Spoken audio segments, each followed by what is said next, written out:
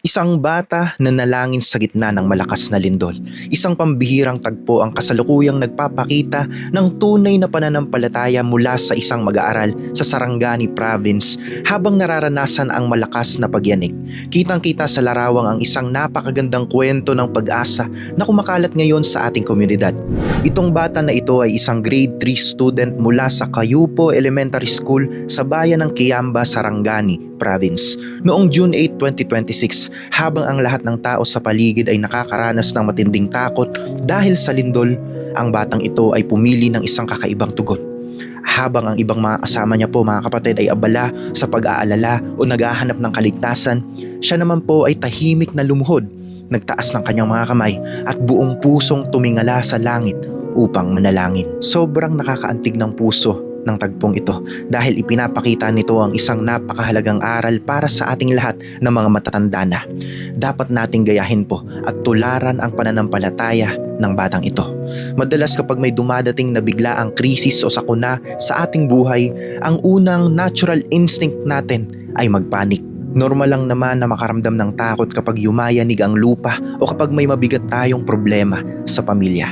Pero ang ginawa po ng batang ito ay nagtuturo po sa atin ng isang malalim na katotohanan mula sa Biblia. Ang tunay na pananampalataya ay hindi nangangahulugan na wala tayong takot na nararamdaman. Ito ay ang pagpili na tumingin sa Diyos sa kabila ng ating takot. Sa Biblia, makikita po natin na ang Diyos ay palaging natutuwa sa mga taong may ganitong klase ng puso. Ang salitang tiwala ay nangangahulugan ng buong pusong pag-asa sa proteksyon ng ating Ama sa langit. Katulad ng isang maliit na anak na alam na hindi siya pababayaan ng kanyang mga magulang. Ang bata na ito ay naging isang buhay na paalala na ang kapayapaan ay hindi matatagpuan sa tahimik na paligid, kundi sa pagkakaroon ng matibay na koneksyon sa Panginoon sa gitna ng bagyo. May isang napakahalagang talata po sa Biblia na direktang nagpapaliwanag kung bakit napaka-espesyal ng ginawa ng batang ito. Pinaalalahanan tayo, sinasabi ko sa inyo ang totoo, maliban na kayo'y magbago at maging katulad ng maliliit na bata, hinding-hindi kayo makakapasok sa kaharian ng langit.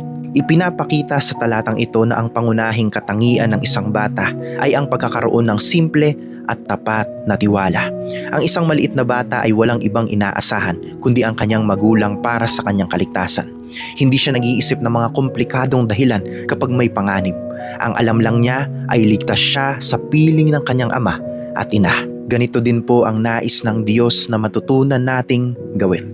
Ang pananampalataya ng isang bata ay walang halong pagdududa at ito ang klase ng pagtitiwala na nagpapakita ng kalakasan ng Diyos sa ating buhay.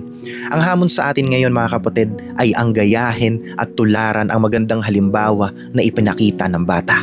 Pwede nating simulan ang pagbabago sa ating pang-araw-araw na buhay sa pamamagitan ng tatlong simpleng hakbang.